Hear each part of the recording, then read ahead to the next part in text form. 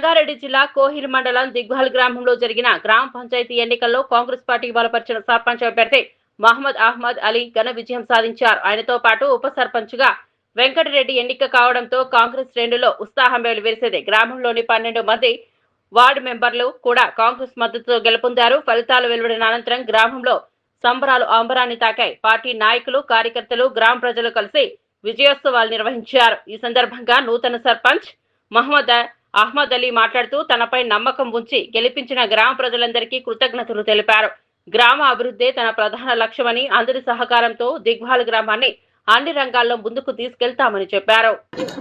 జనాలంతా కాంగ్రెస్ పార్టీకి బ్రహ్మరథం బట్టి కాంగ్రెస్ పార్టీని విజయ బాటలో పట్టించారు కాబట్టి కాంగ్రెస్ పార్టీ కార్యకర్తలకు, నాయకులకు, పార్టీ అధ్యక్షుని తరఫున కృతజ్ఞత భావం తెలియజేస్తున్నాను.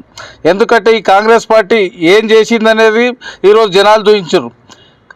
టీఆర్ఎస్ 4 సీట్లకే పరిమితమైంది 23 స్థానాల్లో. కాబట్టి ఈరోజు టీఆర్ఎస్ అనేది రేపు వచ్చే స్థానిక సంస్థ ఎన్నికల్లో కూడా జెడ్పీటీసీ, ఎంపీపీ స్థానాలు కూడా కాంగ్రెస్ పార్టీ భారీ మెజార్టీతో గెలుస్తుందని కోరుతున్నాను.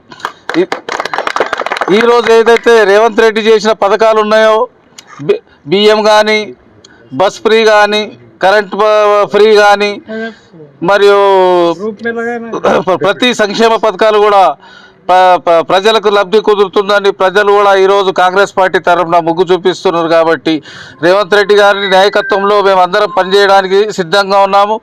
కాబట్టి మా ఎంపీ సురక్షిత్ గారు కానీ, మా ఇన్ఛార్జ్ గారు కానీ, మరి ఇతర నాయకులు గిరిధర్ రెడ్డి, ఉజ్వల్ రెడ్డి వాళ్ళ సమక్షంలో మేమందరం కాంగ్రెస్ పార్టీలో నాయకత్వాన్ని బలపరుస్తూ ఇక ముందు కూడా కార్యకర్తలు అండగా ఉండి ఇక ప్రతి కార్యకర్త కూడా న్యాయం చేస్తూ కాంగ్రెస్ పార్టీని ముందుకు నడిపిస్తామని కోరుకుంటున్నాను.